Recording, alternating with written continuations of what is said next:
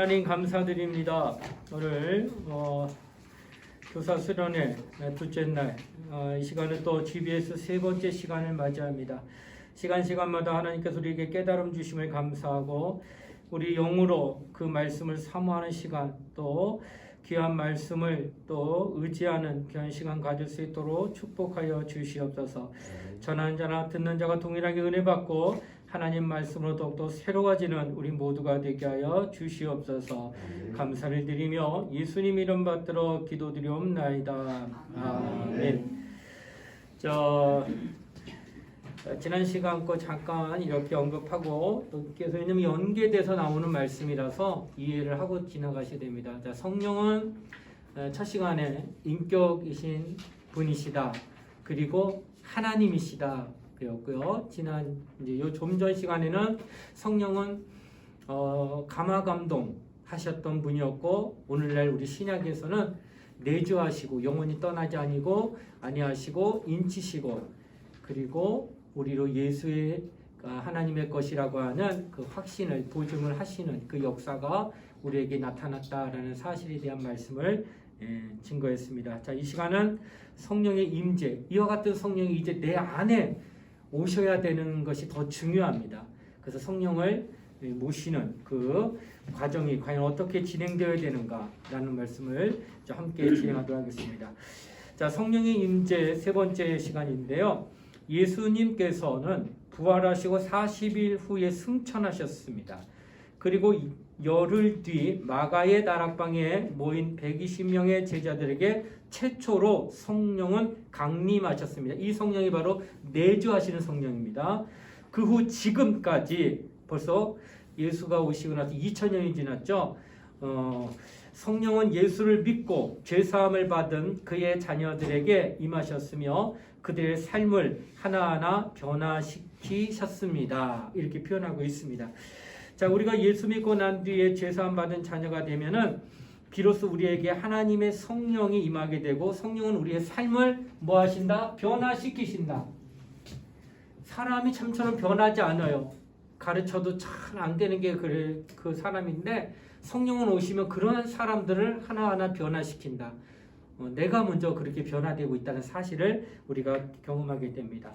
자, 그러면 성령 강림의 의의는 무엇입니까? 마태복음 16장 28절 말씀 또 여전히 찾아서 또 읽도록 하겠습니다. 우리 이지민 선생님 읽으시고 누가복음 9장 27절은 우리 고병주 집사님 읽으시면 되겠습니다. 자, 한번 마태복음 16장 28절 읽어보실까요? 진실로 너희에게 이르노니 여기 서 있는 사람 중에 죽기 전에 인자가 그 왕권을 가지고 오는 것을 볼 자들도 있느니라. 네, 그리고요 9장 27절 누가복음 내가 참으로 너희에게 이르노니 여기 서 있는 사람 중에 죽기 전에 하나님의 나라를 볼 자들도 있느니라. 네. 자, 여기 공통적으로 드는 것은 왕권을 가지고 왕권을 가지고 오신다. 또 하나는 하나님의 나라라고 표현하고 있습니다. 자, 그래서 지금 성령이 오신다는 것은 하늘나라가 이 땅에 나타나는 거예요. 하나님의 나라가 이 땅에 나타나는 것을 성령 강림의 의의라고 표현하고 있다는 거예요. 자, 그래서 주기도문 가운데 나라 임하옵시며 이렇게 표현하죠. 나라에는 헌법이 있고요. 그 헌법으로 말미암아 모든 것이 다 통치되고 있어요. 그러니까 한 나라의 귀속이 되게 되려면 그 나라의 헌법에 다 영향을 받는다는 거예요. 자, 그러므로 하나님의 나라가 성령으로 말미암아 우리에게 임하면 하나님의 통치가 우리 안에 나타나야 된다는 얘기예요. 그래서 성령 강림이 나타나게 되면 생명, 하나님의 나라에서 있는 거, 영광, 하나님의 나라에서 있는 거, 권능, 하나님의 나라에서 있는 이런 능력, 이런 모든 것들이 다 내 안에 통치돼서 나타나야 된다는 거예요. 그러니까 성령이 임하신다는 것은 바로 그 하나님의 모든 것들이 지금 내 안에서 다 이루어질 수 있다는 것을 의의한다는 거예요. 그러므로 여러분과 나는 이 땅에서 이제 성령의 강림을 통하여서 하나님의 나라가 나에게 나타나는구나. 하나님만이 고유하게 가지고 계셨던 그 모든 생명과 영생과 능력과 영광과 또 권세와 이 모든 것들은 다 하나님만이 고유하게 갖고 계신 나라에 있기 때문에. 근데 그것이 다 나에게 미쳐진다는 거예요. 영향을 나타낸다라고 하는 것을 말하는 겁니다. 자, 그럼 요한복음 14장 18절 19절 또 한번 찾아서 읽겠습니다. 이번에는 우리 권영미 권사님이 좀 더 앞에 앉았기 때문에 먼저 읽으시도록 하겠습니다. 내가 너희를 고아와 같이 버려두지 아니하고 너희에게로 오리라. 19절 말씀은 네. 조금 있으면 세상을 다시 나를 보지 못할 것이로되 너희는 나를 보리니 이는 내가 살아있고 너희도 살아있겠습니다. 네. 지금 뭐라 그러냐면요. 예수께서 하신 말씀인데 너희를 뭐와 같이 버리지 않는다고요? 고아. 예, 고아라고 합니다. 예, 고아와 같이 버리지 아니하고 그 하반절에 보니까 이제 나는 이제 너희 세상 사람 나를 보지 못한다. 그러나 너희는 나를 안다 보리라. 이는 내가 살았고 너희도 살겠습니다. 이렇게 표현하고 있어요. 자, 예수께서 이제 죽으시고 부활하셔서 이제 안 보여. 이 땅에서는 어느 누구도 예수를 볼 수가 없습니다. 근데 너희는 보리라. 이렇게 표현한 것은 예수는 분명히 부활을 통해서 살아나셨어요. 그리고 우리도 동일하게 살아난다라고 하는 표현을 씁니다. 지금 뭘 계속 얘기해요? 성령 강림을 얘기하는 거예요. 그러니까 성령이 우리에게 임하셨다고 하는 사실은 예수가 부활하셨다는 것은 예수 스스로가 살아난 게 아니라 하나님이 예수를 살리셨다는 표현을 써요. 사도행전에. 이 말은 성령으로 말미암아 살아나신 분이라는 거예요. 그러니까 살아나게 하시는 이의 영으로 말미암아 살았는데 그 살아나게 하시는 이의 영이 누구냐? 성령이라는 거예요. 그러니까 너에게 성령이면 예수가 부활했던 것처럼 너도 부활을 똑같이 한다는 뜻이에요. 그리고 나 처음에 말했던 고아라고 하는 것은 이 땅에 육신을 갖고 있는 이 삶 가운데에 우리와 함께 영원히 한다고 그랬죠. 아까요. 내주하신 성령은 떠난다 안 떠난다요? 안 떠난다는 거예요. 영원히 너희와 함께 한다는 거예요. 그래서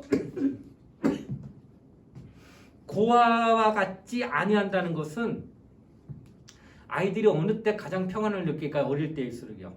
누구와 함께 있을 때? 예, 엄마. 어릴수록 그럽니다. 엄마가 함께 있을 때 아이는 평안입니다.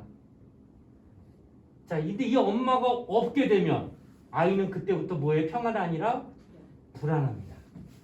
온갖 먹을 거, 온갖 좋은 장난감 갖다 줘도 엄마 없으면 무조건 불안한 거예요. 바로 부모가 없는 걸 뭐라고 불러요? 고아라고 하는 거예요. 하나님을 믿는 믿음이 있다고 말하는데 신앙생활 하다 보면 늘 불안해한다는 건 뭐예요? 고아같이 느끼고 있다는 게 본인이. 그런데 성령이 임하게 되면 어떻게 하나님이 늘 내 안에 계셨기 때문에 그런 불안함이 없다라는 거예요. 신앙생활은 늘 하나님이 함께하는 건데 내가 이런 느낌, 이런 체험, 이런 경험 늘 내 안에 하나님이 계시다고 하는 이것을 부인할 수 없는 확증을 가진 자들만이 불안하지 아니한다는 거예요. 바로 이와 같이 성령 강림은 오늘 이 땅을 살아가는 우리 그리스도인들에게서 당신이 실패하고 당신이 어떤 역경과 고난과 환난에 놓였다 할지라도 당신은 버림받지 않았다는 거예요. 왜? 하나님이 늘 당신과 함께하고 있기 때문에. 이 사실을 누가 알아야 돼요? 자신이 알아야 돼요. 자신이. 근데 그 자신을 어떻게 알아요? 성령이 오시면 그거 안다는 거예요. 누가 가르쳐줘서 하나님이 당신과 함께 있습니다 말하지 않아도 나는 내 안에 하나님이 계시다고 자기가 안다는 거예요. 아이가 엄마가 함께 있는 것을 확연하게 알고 평안해하는 것처럼 부모가 옆에 있으면 그와 같이 똑같다는 거예요. 어린아이 어느 때 잘 잘까요? 그렇게 보채고 울어도요. 엄마가 딱 누워서 가슴에 심장에 아이를 딱 같이 대면 아이가 그 심장 소리를 느끼어서 평안하게 잠자리 듭니다. 보채던 아이도. 이게 참 신기하게 그런 것이 있어요. 엄마가 엄마랑 같이 있다라고 하는 느낌 때문에 잠을 자요. 신앙생활하면서도 이와 같은 하나님이 함께함으로 말미암아 이런 경험을 가져야 된다는 거예요. 그 성령이 임하시면 그런 은혜가 그런 경험이 우리에게 나타난다는 사실을 인지한다는 겁니다. 자, 그러면 예수님은 어떻게 우리 가운데 다시 오셨습니까? 자, 지금 그 강림하는 거에 대한 이야기를 계속 생각하면서 듣는 겁니다. 요한복음 14장 26절. 자, 오해사 네. 아버지께서 내 이름으로 보내실 성령 그가 너희에게 모든 것을 가르치고 내가 너희에게 말한 모든 것을 생각나게 하리라. 네. 지금 성령이 오시면은 누가 한 말, 예수가 내가 한 말을 생각나게 하고 어떻게 한다고요? 가르쳐 주신다는 거예요. 자, 그러니까 성령이 임하신다는 것은 지금 예수가 죽으시고 부활하시고 승천하셔서 하나님 나라가 계시니까 이 땅에서 예수 육체로 볼 수 있어요? 못 봐요? 못 보죠. 그 눈으로 보이지 않으면 아이가 어떻게 해요? 불안해요? 불안하지 않아요? 불안한 거예요. 안 보이기 때문에. 그런데 그래서 제자들이 다 예수가 죽으시고 난 다음에 3일 동안 어떻게 했는데 다 뿔뿔이 흩어지는 거예요. 두려워서. 불안하고 하니까 문을 꼭꼭 잠기고 있었다는 거예요. 그러다가 예수께서 나타나셔가지고 문을 통과해서 그 안에서 서가지고 부활하신 다음에 첫 마디가 평안하라 하셨다고 하는 거예요. 평안하라. 내가 너희와 있다 하시면서 평안하라. 그 지금 여기서 지금 말씀하는 게 뭐예요? 예수가 분명히 지금 부활 승천해서 눈에 보이지는 않지만 그러나 성령이 강림하셨다고 하는 사실은 내가 한 말, 내가 했던 모든 것들을 가르쳐 주심으로 마치 옆에서 예수가 내게 음성 들려주시는 것 같은 것을 확연하게 느낄 수 있게 하셨다고 하는 거예요. 그러니까 눈에 보이질 않지만은 성령으로 말미암아 예수의 육성을 했던 그 모든 것들을 생각나게 하고 그것이 과연 무슨 뜻이었다는 것을 성령이 직접 가르쳐 주신다는 거예요. 이런 역사가 성령 강림으로 나타나고 있다는 것을 말하고 있다는 거예요. 자, 그 다음에 요한복음 14장 20절 말씀 우리 고문수 집사님. 그날에는 내가 아버지 안에 너희가 내 안에 내가 너희 안에 있는 것을 너희가 알리라. 예, 누가 알리라? 너희가 알리라. 이거는 가르치지 않아도 자신이 안다라고 하는 거예요. 그래서 성령이 내 안에 계심으로 말미암아 내가 하나님과 분리되지 아니하고 하나님과 함께하고 있다는 사실에 대하여 너희 자신이 스스로 증거한다는 거예요. 그런 확신, 그런 주장할 수 있는 능력이 내 안에 샘솟고 터진다는 거예요. 생수의 강이 내 안에서 흘러나친 것처럼 그 사람의 입에서 정말 하나님이 나와 함께 계심에 대한 증거를 과감없이 증거하기도 하고 하나님의 능력을 나타내기도 하면서 그의 믿음이 하나님이 함께하고 계시다는 것을 누구라도 지금 볼 수 있을 정도로 확연하게 나타나게 하는 역사가 바로 성령 강림이다 라고 지금 얘기하고 있다는 거예요. 자, 여기 한번 지문을 한번 보겠습니다. 다음 각 시대를 통해 하나님과 우리와의 거리가 점점 어떻게 됨을 말해주고 있는가. 지금 시간차를 얘기합니다. 구약의 시대의 하나님, 선지자가 있었어요. 구약의 시대 하나님은 선지자. 그러니까 하나님이 계시고요. 인간이 밑에 있어요. 그런데 하나님이 다이렉트로 인간에게 말씀을 안 줘요. 누구에게 줘요? 선지자에게 줘서 선지자가 말씀을 대언합니다. 그러니까 대언하니까 뭘로 들어요? 그렇죠. 귀로 듣는 거예요. 하나님은 눈에 보이지 않습니다. 그래서 그들이 유일하게 하나님을 알 수 있는 방법은 선지자를 통하여 귀로 듣는 말씀만이 그들이 하나님을 아는 방법이었어요. 자, 그러다가 말씀이 육신되어 이 땅에 오신 분이 누구요? 예수요. 예수는 보여요, 안 보여요? 예, 그래서 눈으로 이제 귀로 듣는 것보다 더 가까워졌어요, 안 가까워졌어요? 눈으로 보게 되니까 확실해졌잖아요. 와, 이 정도로 가까워지셨어요. 하나님의 눈에 보이지 않는 분인데 귀로 듣다가 이제는 눈으로 볼 수 있는 분으로 나타나신 거예요. 자, 이제 성령 강림. 성령은 어디예요? 눈으로 볼 수 있다고 하는 건 개체가 서로 바라볼 수 있는 거잖아요. 그 두 개라는 거예요. 근데 그래서 뭐라고 써요? 개체가 두 개이기 때문에 동행이란 말을 씁니다. 구약에는 에녹이 하나님과 동행하더니 300년 동안 이렇게 표현합니다. 그러니까 동행을 해. 아브라함도 하나님과 동행하고 다 동행합니다. 서로 바라볼 수 있는 관계, 개체가 있기 때문에 시각적으로 느끼는 거. 자, 근데 성령이 임하시고 나면 어디 와 있어요? 예. 이거는 어떻게 눈이 아니라 내 안에. 이걸 뭐라고 그래요? 함께라고 합니다. 동행이라는 거 개체가 두 개니까 1 더하기 1은 2입니다. 그러니까 1과 1이 각각이기 때문에 두 개라는 숫자를 개념하는데 함께는 뭐예요? 1 곱하기 1이에요. 객체는 분명히 두 개인데 정답은 하나예요. 이만큼 함께 가까이 있다는 표현으로 내 안에 지금 어때요? 귀로 듣던 것보다 더 확실한 게 눈으로 본 건데 눈보다 더 확실한 게 내 안에 있음으로 말미암아 이제는 점점 멀어졌던 귀로 들어서 펄리게 해서 이런 분이셨구나. 이제 눈에 보이셨으니 확실히 더 가까워졌다는 느꼈는데 이제는 완전히 내 안에 임하셨기 때문에 이보다 더 가까이 할 수가 없는 거예요. 하나님이. 그래서 성령으로 말미암아 성령 강림은 하나님이 이제 너무나도 나와 함께 밀접해서 이보다 더 가까워질 수 없는 상태에 이르는 것이 성령 강림이에요. 그러니까 하나님 보여주세요. 하나님 어디 계세요? 말할 수가 없다는 거예요. 왜? 이미 너와 함께 있는데 어디서 찾느냐는 거예요. 얼마나 가까워지셨는가. 이거는 우리와 하나가 됐다라고 하는 것을 말씀하고 있다는 거예요. 자, 이것이 바로 성령 강림이다.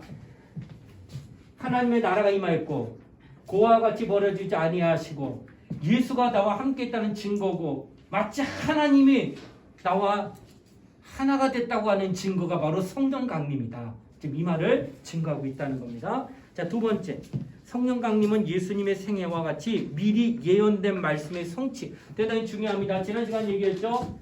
예언이 없으면 안 됩니다. 반드시 하나님은 말씀을 주셔요. 그것이 예언입니다. 그리고 예언이 성취됨으로 말미암아 약속이 이루어지는 것을 보게 되는 것이 우리 신앙의 구조라고 하는 거예요.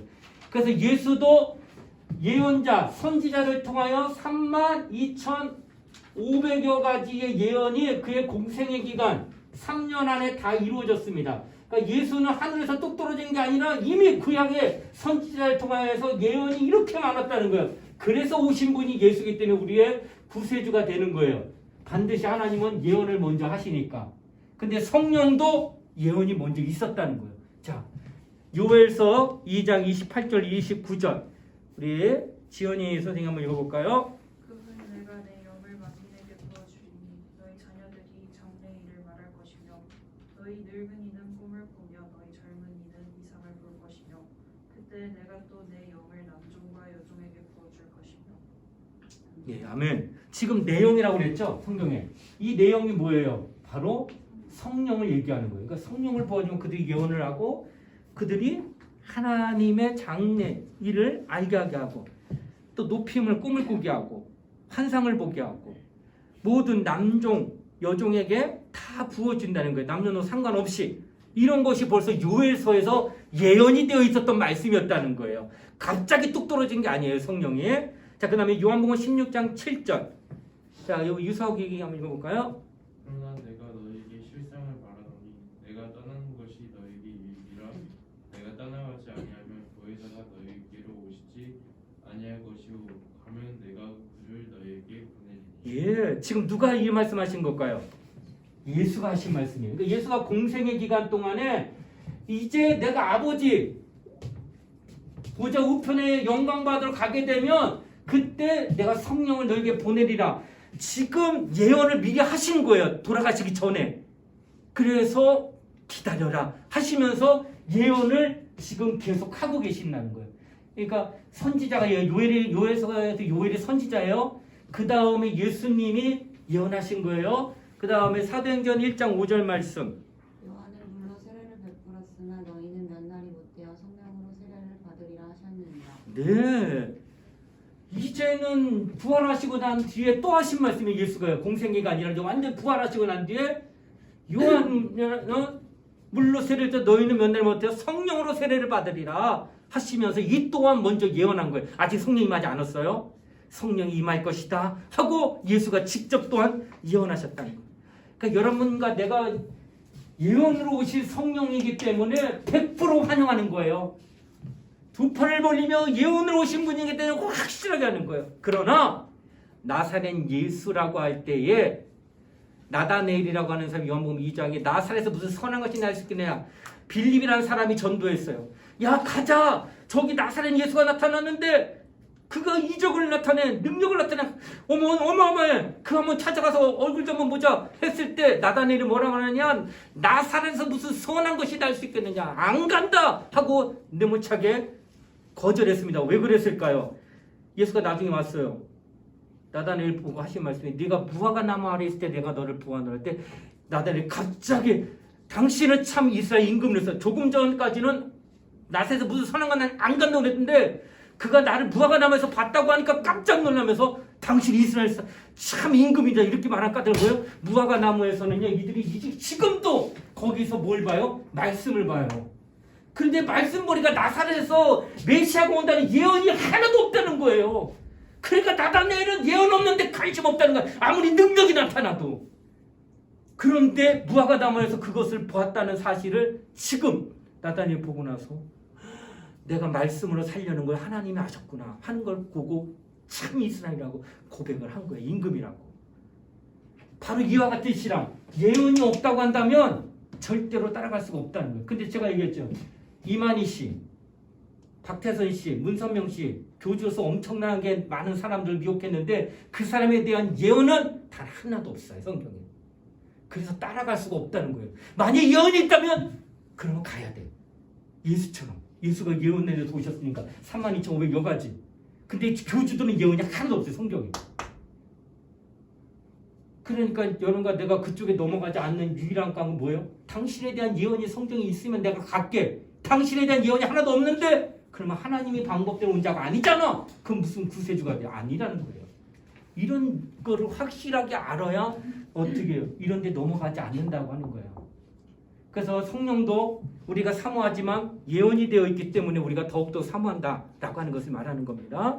자, 그 다음에 이 약속은 다음 어떻게 이루어졌는가, 구체적으로 이루어진 방법에 대해서 좀 보도록 하겠습니다. 자, 사도행전 2장 1절로 4절 말씀 한번 펴볼까요? 자, 사도행전 2장 1절로 4절 말씀. 자, 여기 보면 장소, 받은 자, 사용된 사람, 방법, 나타난 현상 이렇게 5가지로 구분해가지고 이제 기입하게 되어 있는데요. 사도행전 2장 1절, 4절 이제 처음 오순절 마가다락방에서 성령이 임하신 사건인데 장소는 어디였을까요? 예, 마가다락방 적으시고요. 받은 사람은 여기 보면은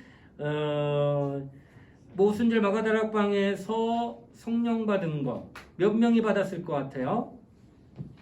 받은 사람, 예수의 제자를 비롯하여 예수의 부활하심을 승천하시는 거를 고린도 전후서에 보게 되면은 그의 부활을 500여 명의 성도들이 봤다고 표현합니다. 그러니까 그리고 승천할 때 승천을 그리고 나서 며칠 만에 온 거예요?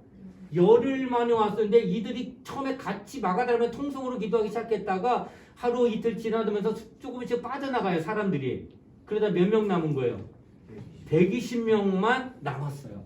그들이 지금 마지막까지 남았기 때문에 110명의 제자들이 성령을 받은 겁니다. 사용된 사람이 있어요, 없어요? 없어요? 그냥 하늘로부터 급하고 강한 바람을 임한 거예요. 사용된 사람은 하나도 없어요.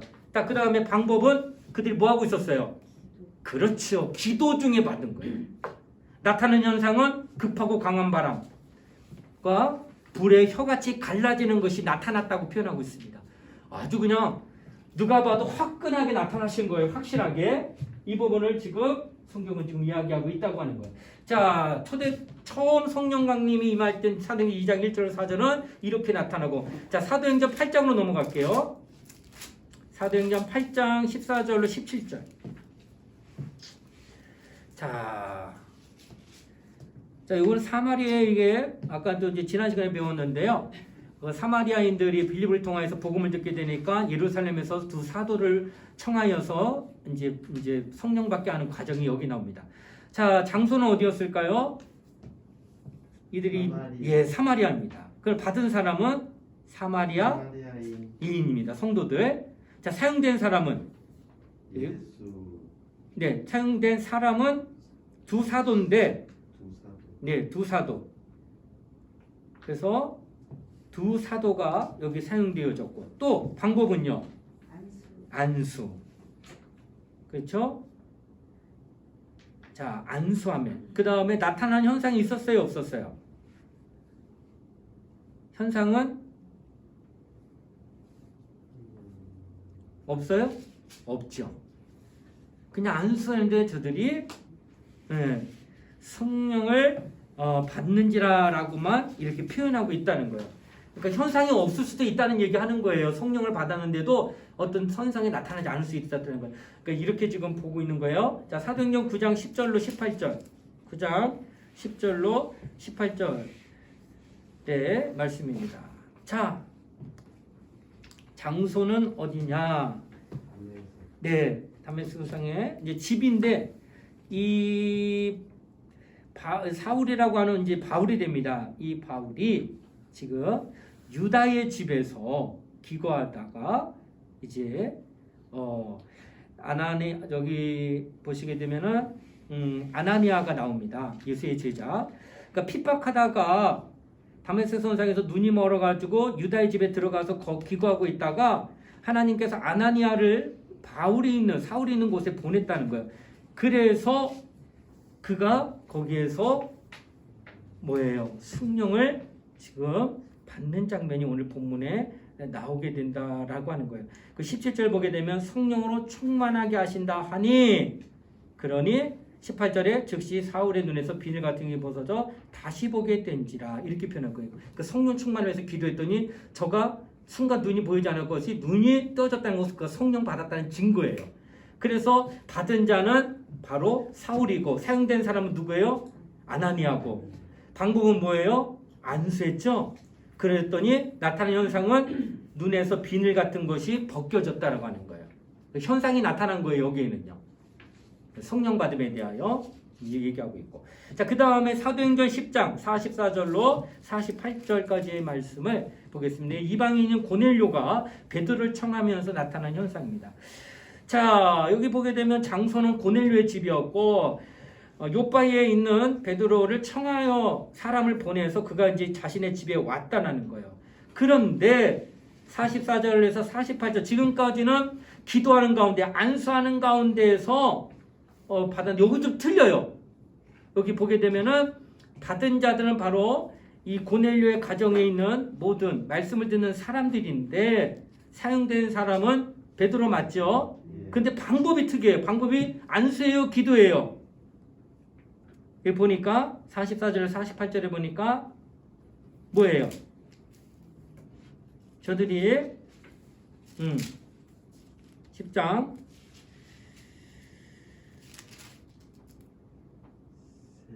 네, 저들이 44절에 뭐라고 했어요? 그렇대요. 이 말할 때, 그 말씀 들을 때에 설교 가운데에 뭐가 임한 거예요? 성령이 임했다고 하는 사실이에요. 그랬더니 그들이 방언도 하고 하나님을 높이더라. 그러니까 기도할 때 가장 많이 받고 안수할 때 받았는데 그뿐만 아니라 설교 중에도 성령 받을 수 있다라는 거예요. 그러니까 누가 말씀 중에 내가 성령 받았다면 맞아요, 틀려요? 맞는 거예요. 그러니까 이런 것들을 우리가 다 알고 이해를 해야 된다는 거예요. 자, 그 다음에 사도행전 19장 1절로 7절. 사도행전 19장 1절로 7절에 보면은 바울이 에베소에서 전도하면서 이제 복음을 전하고 그 다음에 성령 받게 한 일입니다. 자, 지역은 어디일까요? 에베소. 그 다음에 받은 사람은 7절에 보니까 12사람쯤 되니라. 12사람이 받은 거고 사용된 사람은 누구일까요? 바울입니다. 그 다음에 방법은 여기 나와 있을 겁니다. 6절에 바울이 그들에게 안수했어요. 그랬더니 그들이 방언도 하고 예언도 하는 현상이에요. 방언을 하고 예언한 것이. 자, 지금 사도행전 쭉 보게 되면은 저들이 믿음을 가지고 나서 믿고 그냥 구원받았구나 됐다 다른 데 가자 전도하러 맞아요. 그런데 더 구체적으로 한 게 뭐예요? 전부 다 뭐밖에 했다는 거예요? 성령 받겠다는 거예요. 여러분 신앙생활 바울의 초대교회 얼마나 핍박이 많았을까요? 예수 믿으면요 짐승에 울에 집어넣어가지고 갈각에 찢어지게 하는 자리에까지 몰아붙이는 게 이들이었고요. 사람을 태워 죽이는 게 이들이었어요. 이때 초대교회 때 얼마나 핍박이 많은지 말도 못하는데 그들이 예수 믿고 구원받은 큰 기쁨도 있지만 그런 환란이 그때 너무나도 팽배한데 과연 그 믿음을 유지할 수 있겠는가? 그게 불가능해 보이니까 뭐예요? 반드시 성령밖에 하여 인쳐가지고 이는 하나님의 것이고 자신도 하나님의 것으로 확신하기 때문에 죽으면 죽으리라 하고 죽어가는 그 믿음을 유지하기 위하여 성령이 그들에게 임했다는 거예요. 그래서 초대교회부터 지금 오늘날까지 그의 믿음이 10년, 20년, 30년 잘 믿었는데 죽기 전에 예수 배반하며 그 다음 구원 못 받습니다. 지금까지 그렇게 예수 잘 믿었는데 마지막에 가서 예수에 대하여 부정하고 부인해버리면 절대 구원 못 받아요. 어느 때까지 지켜야 돼요? 그 믿음을 죽는 그 순간까지 그 믿음을 가져야 돼요. 근데 그 믿음을 끝까지 유지하고 지속하게 하는 능력을 누가 갖고 있어요? 성령이 갖고 있다는 거예요. 그래서 성령 받아서 성령으로 내 생을 다하는 그날까지 믿음을 가지라고 하는 거예요. 그 성령으로 내가 신앙생활을 하지 않으면 내 믿음을 정말 불확실하고 불안할 수밖에 없는 거예요. 나는 잘 믿는다 말하지만 세상의 여러 가지 풍파와 여러 가지 많은 어려움들이 수시각각으로 내게 다가오는데 견디다 나중에 두 손 들고 나 뭐하는지 하나님 안 믿을래요 할까봐. 그래서 성령 받아서 끝까지 죽으면 죽더라도 네 영혼은 구원받게 하는 하나님을 의지하게 하는 능력을 가지라는 거예요. 그래서 여기서 성령이 임하고 있습니다. 자, 이제 마지막에 보겠습니다. 이런 약속은 지금 당신에게도 주어져 있습니다. 지금입니다. 지금 우리는 구약의 성경과 신약의 성경을 다 훑어보고 있지만은 더 중요한 것은 지금 이 약속은 내게 주어졌다는 거예요. 자, 먼저 이 약속을 믿고 성령을 이제 사모하시길 바란다는 요청인데 특별히 성령 받기 전에 먼저 필요한 것이 있습니다. 사도행전 2장 38절 다 찾으시죠? 예, 다 찾으세요. 사도행전 2장 38절 대단히 중요한 말씀입니다. 사도행전 2장 38절 말씀입니다. 이제 여기 문제를 좀 풀어보도록 하겠습니다. 자, 가장 먼저 필요한 게 뭘까요? 2장 38절 보니까 그렇죠. 첫 번째 회개입니다. 하나님 앞에서 태도를 고치는 게 회개입니다. 자, 회개. 태도를 고친다는 말을 잘 보세요. 태도. 어떤 태도냐? 교만한, 오만한, 자만한 태도를 버리는 거예요. 그 말은 뭐예요? 나는 죄인입니다 라고 고백하게 하는 이것이 바로 회개입니다. 그러니까 태도가 오만하고 자만하고 교만하지 아니한다는 건 뭐예요? 내가 나를 안다는 거예요. 나는 죄인입니다. 이런 사람이 오만할까요? 이런 사람이 교만할까요? 이런 사람이 자만할까요? 내가 죄인이라고 하는 거? 죄인이 아니고 나는 의롭다고 말하는 게 바리새인들이에요. 서기관들이에요. 사두개인들이에요. 그들은 예수가 옆에 있어도 구세주인지 전혀 모릅니다. 그런데 창기와 세리들이 천국에 먼저 간다고 그랬어요. 예수님이. 왜 그럴까요? 그 사람들은 자기 스스로가 알아요. 내가 죄인입니다. 태도를 고친다는 것은 하나님 성령을 받기 전에 먼저 자신이 죄인임을 알아서 하나님 앞에 나올 줄 아는 그가 먼저 바탕이 되어야 된다는 거예요. 그리고 나서 뭐 해야 돼요? 뭘 받아야 돼요? 여기 보니까 세례. 세례라고 하는 것은 다른 말로 연합을 말합니다. 요거는 이제 침례라고도 표현하는데 요단강에서 예수께서 세례 받았다고 하는 거. 오늘날 우리는 지금 물을 세 번 하잖아요. 성부와 성자와 성령으로 세례를 주노라. 그런데 실제 성경에 나타나는 건 요단강에서 사람이 물에 들어갔다가 나오는 이렇게 완전히 잠겼다가 나오는 이것을 세례라고 하고 침례라고 합니다. 그러니까 들어갔다라고 하는 것은 옛사람, 죄인, 내가 죄인입니다 했던 고백한 사람이 이 물에 들어가는 순간 이 죄인이 죽는 거예요. 여기서 나올 때 예수와 함께 연합을 하는 거예요. 자, 예수의 십자가와 함께 연합해서 죽고 예수께서 부활하셨던 그 부활에 함께 연합하여서 나오게 되는 거예요. 물에서 나올 때. 그래서 어떻게 되는 거예요? 장사 지냈다는 거예요. 장사 지내. 그리고 연합. 예수의 죽음과 예수의 부활에 내가 연합하였다고 하는 사실을 여러분이 물이라고 하는 거 몸이 차갑다 누가 저거 물이 미지근하다 느껴요 못 느껴요? 육체가 있으면 체험이 되고 몸으로 체험할 수 있는 유일한 하나님과 연합하는 체험이 세례입니다. 그래서 체험이라고 하는 것을 연합이라는 체험을 했기 때문에 체험은 부인할 수가 없는 거예요. 여러분 우리 아이들에게 어릴수록 이거 니네 아빠 아니야. 아니야 우리 아빠 맞아요. 니네 아빠 아니야. 네가 봤어? 너 낳는 거 아빠가? 너 못 봤을 거 아니야? 근데 왜 자꾸 니네 아빠라 그래? 하고 다구치고 소리친다고 애가 아 그래요? 아 그랬군요. 나는 여태까지 나는 우리 아빠인 줄 알았어요. 이렇게 말하는 애가 있을까요? 없을까요? 울지요. 우리 아빠 안 되니까 왜 자꾸 아니라고 그래? 네가 봤어? 못 봐도 우리 아빠야. 못 봤는데 왜 자꾸 네 아빠라고 그래? 그래도 우리 아빠야! 하고 울고 막 따구칩니다. 애가 왜 그럴까요? 실제 못 봤지만 애는 알아요. 뭘 알아요? 그가 우리 아빠라고 하는 것을 그는 체험을 한 거예요. 아빠가 나를 낳았다고 하는 것을 보지 못해도. 그래서 칼이 들어와도 걔는 절대 죽음을 두려워하지 아니하고 우리 아빠라고 울면서 죽어갈 아이가 바로 이런 체험을 가진 자들이 부인하지 않는 거. 몸으로 체험했다는 거예요. 이 세례를. 그의 죽으심과 부활을. 이렇게 몸으로도 체험하는 그런 확실한 증거를 가지는 것이 우리에게도 너무나도 중요하다고 하는 거예요. 체험은 이렇게 강력한 겁니다. 자, 그 다음에 뭐 받아야 돼요? 세 번째. 예, 제사함 받아야 돼요. 왜 그럴까요? 성령은 무슨 영이에요? 성령은 거룩한 영이에요. 거룩한 영입니다. 자, 성령은 거룩하기 때문에 더러운 곳에 임할까요? 거룩한 전에 임할까요? 거룩한 전에 임합니다. 자, 근데 죄를 갖고 있다고 그러면 이 사람의 마음이, 영혼이 죄를 갖고 있다면 이게 거룩할까요? 거룩하지 않을까요? 거룩하지 않습니다. 죄가 없어야 그가 거룩한 거예요. 그러니까 죄 사함을 받지 않으면 어느 누구도 성령을 사모한들 성령 그에게 임하지 않습니다. 죄 사함을 받아야 돼요.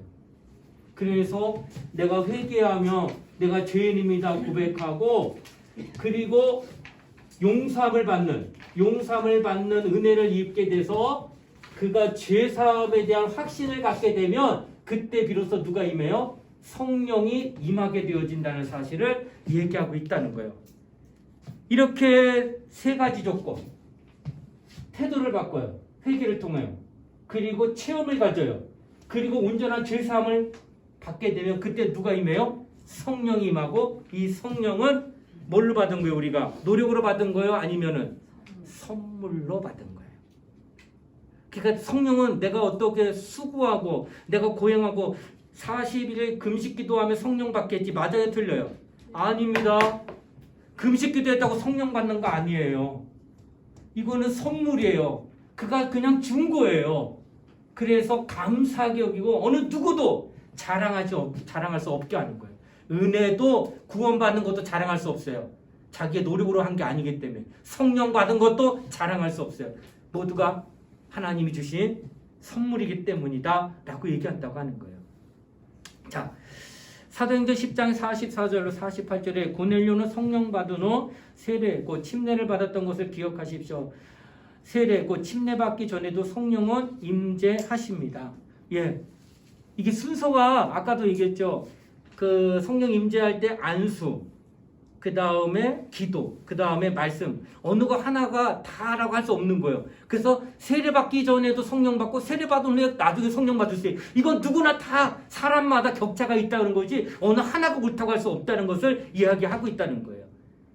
그래서 옹고집이 되면 안 돼요. 우리는 성경 먹을 때 폭넓게 전체적으로 이런 분위기, 이런 흐름이라는 걸 인지하면 그 바운드리 안에서 이루어지는 순서는 좀 바뀌어도 모든 것을 다 수용할 수 있다는 거예요.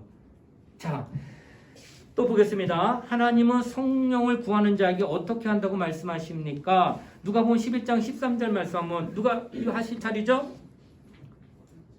네, 병지 선생님 한번 읽어볼까요? 누가복음 11장 13절 구하는 자에게 어떻게 하신다고?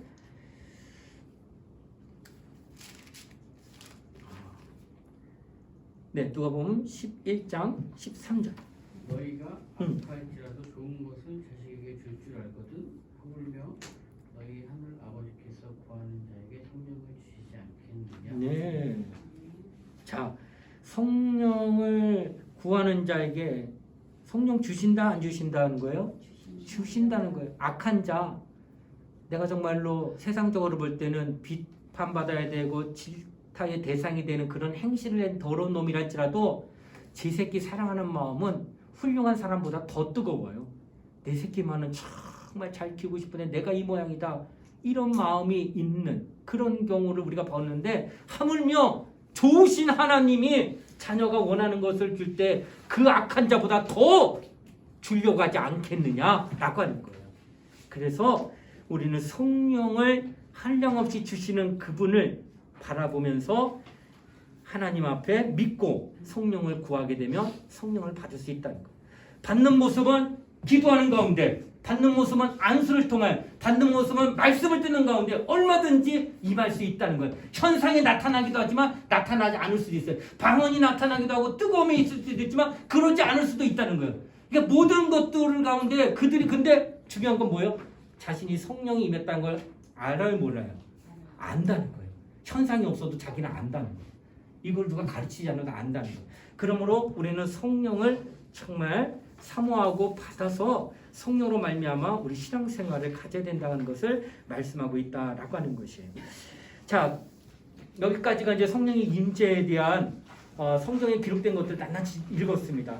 그 성령의 임재를 여러 가지 방향으로 나타나도 인식하고 사모하며 받을 수 있어야 됩니다. 자, 그다음에 한 장을 더 넘겨서 자, 성령의 인도를 받는 삶 여기 조금 더 나가고 진행하도록 하겠습니다. 자, 지금까지 우리는 우리 자신이 인생의 주인이 되어 육체와 마음이 원하는 대로 살아왔지만 성령을 이제 모심으로써 전혀 새로운 삶을 시작하게 되었습니다. 여기서 새로운 삶이란 우리 인생의 주인이 바뀌었다는 거예요. 예전에는 내가 쓰고 싶고 내가 가고 싶고 내가 원하는 것을 누가 타치 안 하고 과감하게 내가 다 해결했어요. 내가 원하는 대로. 그것이 좋은 방향도 있지만 안 좋게 나쁜 것도 내가 다 선택해서 했어요. 이것이 바로 내가 사는 삶이었는데 성령 받으니까 새로운 삶이 바뀌는데 내가 나를 주장하지 아니하고 내 안에 모신 성령이 나를 주장하는 그 모습이 바로 바뀌었다는 것을 이야기하는 거예요. 자, 우리가 그분을 잘 알고 그분 앞에 순종하며 우리의 인생의 영역을 그에게 맡기는 만큼 그는 우리를 변화시켜 하나님의 속성을 가지게 하며 그의 형상을 닮아가게 할 것입니다. 얼마만큼 할 거냐? 맡기는 만큼입니다. 내가 하는 만큼 그도 나에게 하신다는 거예요. 내가 그분께 나타나려고 하는 그 열정과 그 순종만큼 그분이 내게 역사하신다는 거예요. 아주 중요한 얘기예요. 그분이 잘 나타나는 사람들 보게 되면요, 온전히 그분께 그만큼 맡겼기 때문에 그래요. 그러나 그분이 나타나지 않은 것은 않는 만큼 내가 또 그렇게 그분을 나타나지 않게 하고 있는 부분이 있다는 것을 이야기하고 있다는 거예요. 자, 그러면 첫 번째 성령이 하시는 일에 대한 이야기를 하겠습니다. 자, 이제 우리의 선생은 누구입니까? 요한 1서 2장 27절. 너희는 주께 기름 부음이 너희 안에 거하나니 아무도 너희를 가르칠 필요가 없고 오직 그의 기름 부음이 모든 것을 너희에게 가르치며 또 참되고 거짓이 없으니 너희를 가르치신 그대로 주 안에 거하라. 네, 그의 기름 부음이 바로 성령의 부으심을 뜻합니다. 그러니까 성령이 너에게 임하시게 되면 모든 것을 너에게 가르치기 때문에 누가 너에게 뭐라 하지 않아도 네가 잘 할 것이다 라고 표현하고 있다는 거예요. 그러니까 우리의 선생은 이제 바깥에서 있는 게 아니라 누구에게 있는 거예요? 내 안에 계신 거예요. 나를 가르치시는 분이. 자, 어떤 일을 하실까? 요한복음 16장 13절 말씀. 네. 그러나 진리의 성령이 오시면 그가 너희를 모든 진리 가운데로 인도하시리니 그가 스스로 말하지 않고 오직 들은 것을 말하며 장래일을 너희에게 알리시리라. 네, 그가 하시는 첫 번째 일을 진리 가운데로 인도하신다 이렇게 표현하고 있죠. 진리. 여러분, 네, 이 진리 가운데로 요한복음 14장 6절에 보면 내가 곧 길이요 진리요 생명이니 나로 말미암은 자는 아버지께로 올 자가 없느니라 하신 분이 예수예요. 그러니까 내가 곧 길이요. 그러니까 예수가 길입니다. 진리입니다. 생명입니다. 그래서 진리가 대신 예수께로 인도한다. 진리로, 그러니까 예수를 떠나지 아니하고 예수와 함께하게 하는 그 길로 나를 인도해 주신다는 거예요. 자, 그 다음에 자의로 말하지 않고 오직 듣는 것을 말하시며, 성령도 인격이 있으니까 자신의 하실 말이 있을까요, 없을까요? 있지요. 충분히 인격이시기 때문에 로봇이 아니에요. 시키는 게 아니에요. 그럼에도 불구하고 자의로 말씀하지 않아요. 오직 듣는 것을 말하는데 뭘 들었을까요? 하나님으로부터 예수가 하신 모든 말씀을 그대로 들은 거, 니들이 들은 거 그대로 내가 또다시 말한다 하고 말한다는 거예요. 그리고 마침내 장래일을 너에게 알리시리라. 이거는 성경이 하나님이 알파와 오메가, 시작과 끝, 처음과 나중, 이 모든 것, 시작은 했어요 벌써 창조 이후로. 근데 아직 이 부분, 마지막 부분은 아직 진행 중에 있다는 거예요. 이게 장래입니다. 그러니까 성경의 모든 것들이 다 이루어지는 그 모든 것들을 여기 보시게 되면 뭐라고 그래요? 장래일을 너에게 알게 하시리라. 성경에 하나님이 뜻하신 모든 것들이 이루어지는 현실을 알게 해서 그 뜻이 반드시 이루어질 것이다. 거기서 조금 더 빗나가지 말고 그 이루어짐에 대하여 순종하면서 그 길을 벗어나지 말라고 하는 거예요. 그러니까 예수께서 알파와 오메가, 하나님의 알파 오메가의 시작과 끝이요 처음과 나중이라고 하는 이 사실이 진행되고 있는 과정이에요. 지금 시간이 늘려져 가지고 여기는 천지창조 시작했고 계시록에 이루어지는 모든 일들이 반드시 이루어질 것인데 이 사실에 대하여서 성령이 계속 말씀해 주기 때문에 마지막 때에 그런 일이 이럴 때 심판도 있을 것이고 형벌도 있을 것이고 저주가 있을 것이고 여러 가지 다 있다고 믿지 아니함으로 인하여서 이런 모든 것들이 진행되고 있는 그 사실을 밝히 알려주시기 때문에 거기에서 조금도 요동함이 없이 신앙생활을 끝까지 하도록 도와주신다는 거예요. 그러니까 무지하지 아니하고 모든 것을 깨닫게 통달하게 하셔서 다 할 수 있게 하신다는 거예요. 성령께서. 그래서 미혹을 받지 아니합니다. 처음과 끝을 다 알기 때문에. 흐트러지지 않아요. 처음과 끝을 다 알기 때문에 누가 옆에서 뭐라고 그래도 거기서 튕겨져 나가가지고 예수를 버리고 가지 않는다는 거예요. 장래 모든 것까지 다 알기 때문에. 심판이 있다. 예수의 재림과 또 그 다음에 우리가 어떻게 될 것인가시 다 성경에 기록된 거를 예수가 성령으로 말미암아 다 알려준대요. 진리 가운데로 인도해 주신다는 거예요. 그러니까 이와 같은 사실을 지금 성령이 오셔서 그 일을 하신다라고 말씀하고 있다는 거예요. 또 하나 요한복음 14장 26절 말씀 볼까요? 같은 맥락인데 요한복음 14장 26절 예 읽어주실까요? 그에서 곧 아버지께서 내 이름으로 보내실 성령 그가 너희에게 모든 것을 가르치고 내가 너희에게 말한 모든 것을 생각나게 하리라. 네, 모든 것을 가르치고 모든 것을 생각나게 하는 거예요. 어느 하나 빠뜨리지 않는다는 거예요. 그대로 전부 다 가르치고 생각나게 하시는 분이 누구요? 성령이다라고 하는 것을 이야기하고 있다는 거예요. 그러니 성령보다 나를 더 잘 가르칠 수 있는 사람이 이 땅에 있을까요? 없을까요? 없는 거예요. 아무리 신학 박사, 목회학 박사 뭐가 와도 성령보다 더 못 가르쳐요.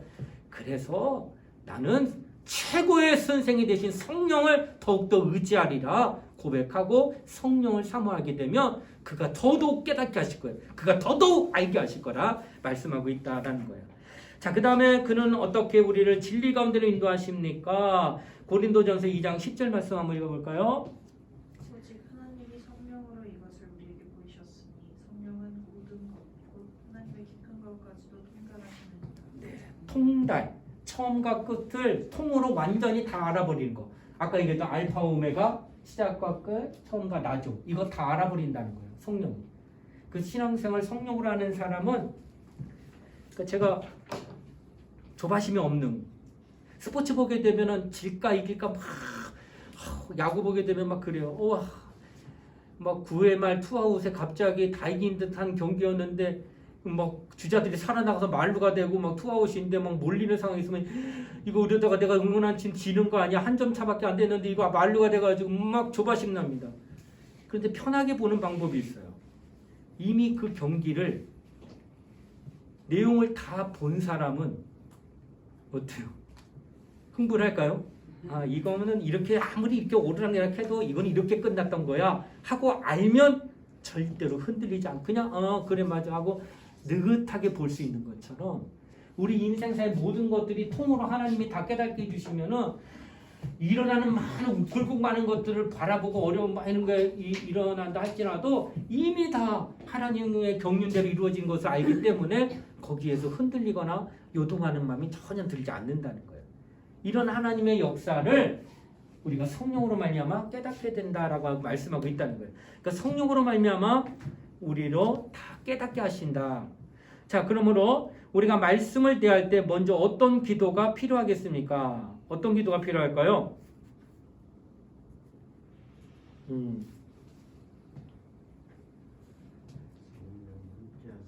그렇죠. 성령이 함께 하시기를.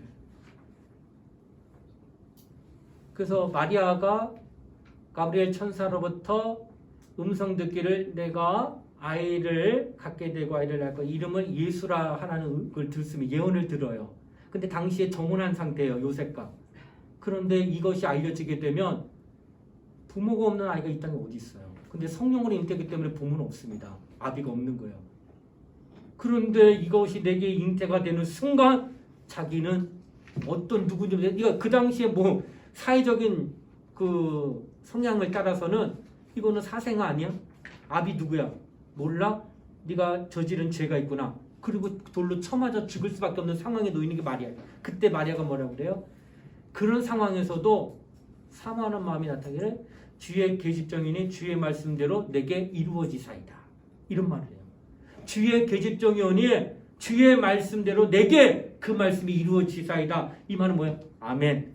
내가 아들이 있을 거야. 예. 지금 이것 때문에 내가 큰 어려움 봉변당해도 그거 하나님이 하시는 말씀이라면 내가 믿겠습니다. 아멘 했다고 하는 거예요. 이렇게 환영하는 마음, 그 말씀이 내게 오기를 환영하는 마음처럼 성령이 내 안에 오시기를 환영하는 그 마음을 위해서 겸손하게 그분을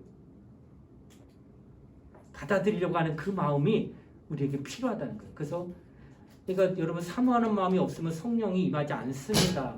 아무리 이렇게 제가 여러분에게 말씀을 할 때 이렇게 했다 해도 귀로 듣고 이제 내가 사모해야 됩니다. 하나님 내게 성령을 주세요 라고 한다면 성령 임하실 거지만 아 그런 거구나. 그래 알았어 하고 성령을 사모하지 않으면 절대로 그게 역사가 나타나지 않는다라고 하는 것입니다.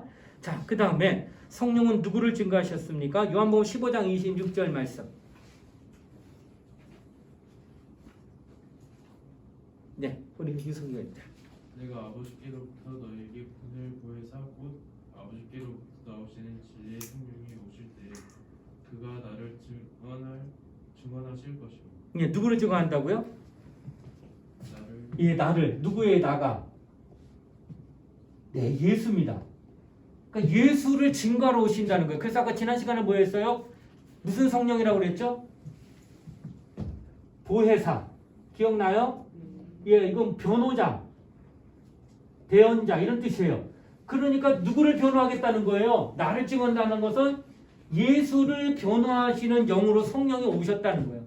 아까도 얘기했지만 예수는 하나님의 아들이십니다. 그리고 죄가 없으신 분입니다. 구세주십니다. 이 사실을 세상은 몰라요.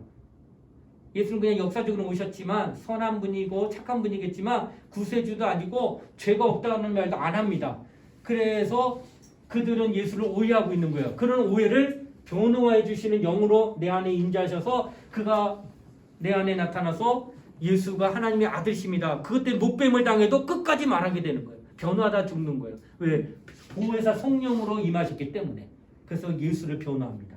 참 신기하게 성령 받으면 무엇보다도 예수가 하나님의 아들이시라고 막 이불을 열어 고백하고 본인도 증거하게 된다라고 하는 거예요.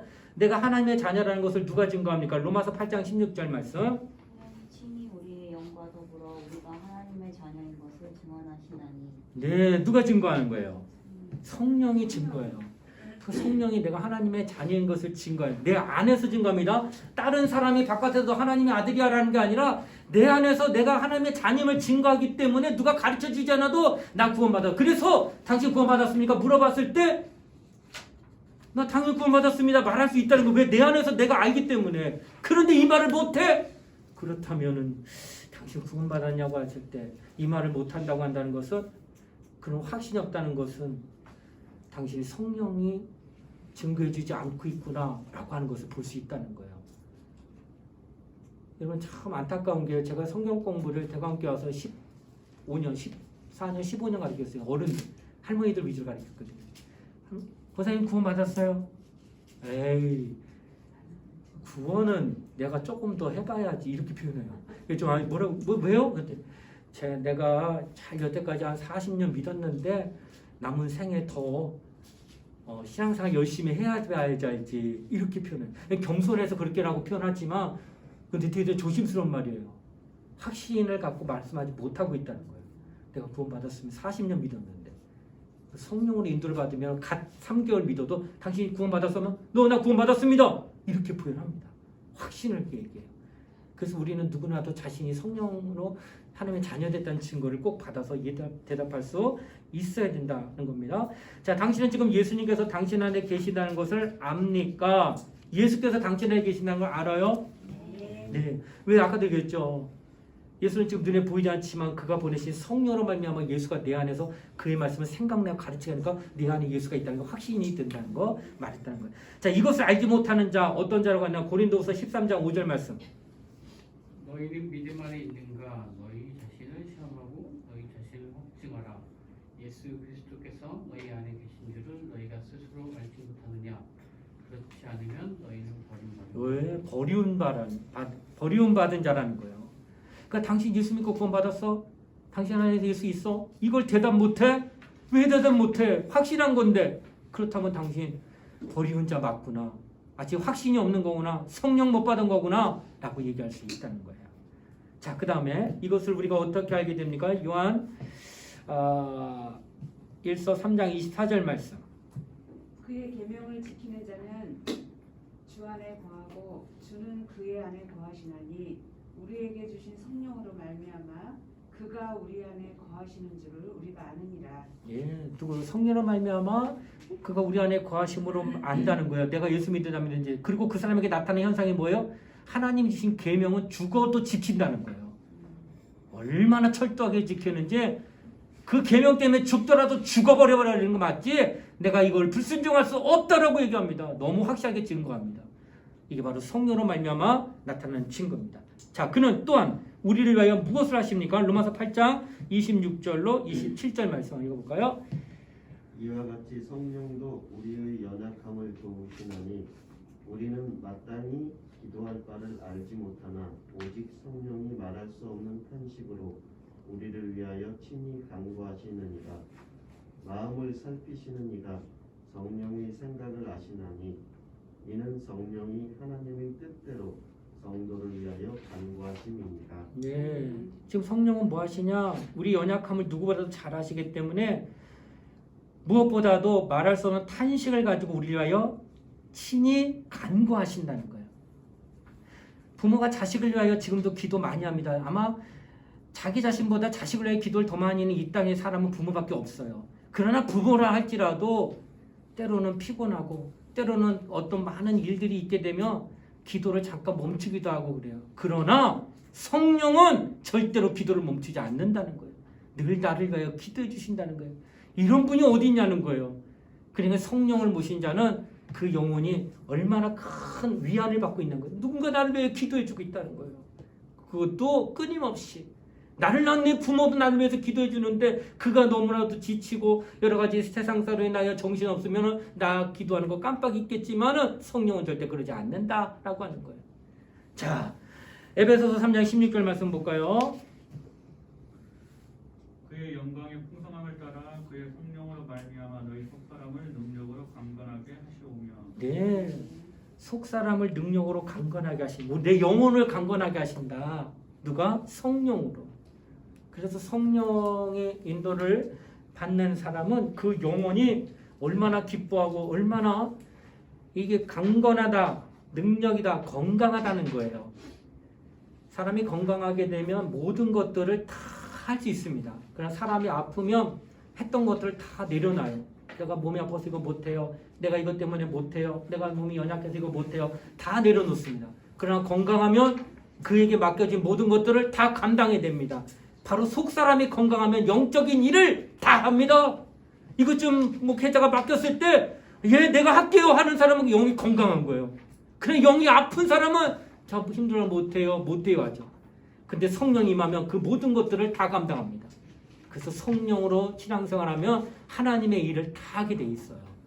그러므로 오늘 여기까지 성령의 인도받는 삶 요까지는 할게요. 그래야 다음 시간에 마지막 거를 좀 더 빠르게 진행해서 예, 제가 이거 강의 끝날 때마다 입에서 단내가 나요. 얼마나 지금 근데 여러분이 잘 들어주고 잘 따라와주고 너무 감사하고요. 다음 시간에 어떻게든 1시간 안에 맞춰보려 할 텐데 네, 진행하게 할 거. 혹시 뭐 질문사항 있을까요? 네, 고생하셨습니다. 여기까지 잘 들어주셨고 기도하고 마치고 또 점심 드시는 시간 갖도록 하겠습니다. 기도하겠습니다. 하나님 아버지 감사드립니다. 오늘 성령과의 새로운 만남을 이제 GBS를 통하여 우리 교사 선생님들이 세 번째 시간까지 잘 공부하게 하심을 감사합니다. 성령을 알아야 됩니다. 그리고 성령을 어떻게 내가 존중하고 그분을 어떻게 모셔야 되는가를 밝히 깨달아서 성령을 근심케 하거나 회방하거나 성령을 무시하지 말도록 인도하여 주시옵소서. 이제 그 좋으신 성령을 모시고 앞으로 신앙생활 잘하게 노라고 고백하며 하나님 앞에 한 걸음 더 나가는 우리 선생님들 될 수 있도록 축복하여 주시옵소서. 감사를 드리며 예수님 이름 받들어 기도드리옵나이다. 아멘.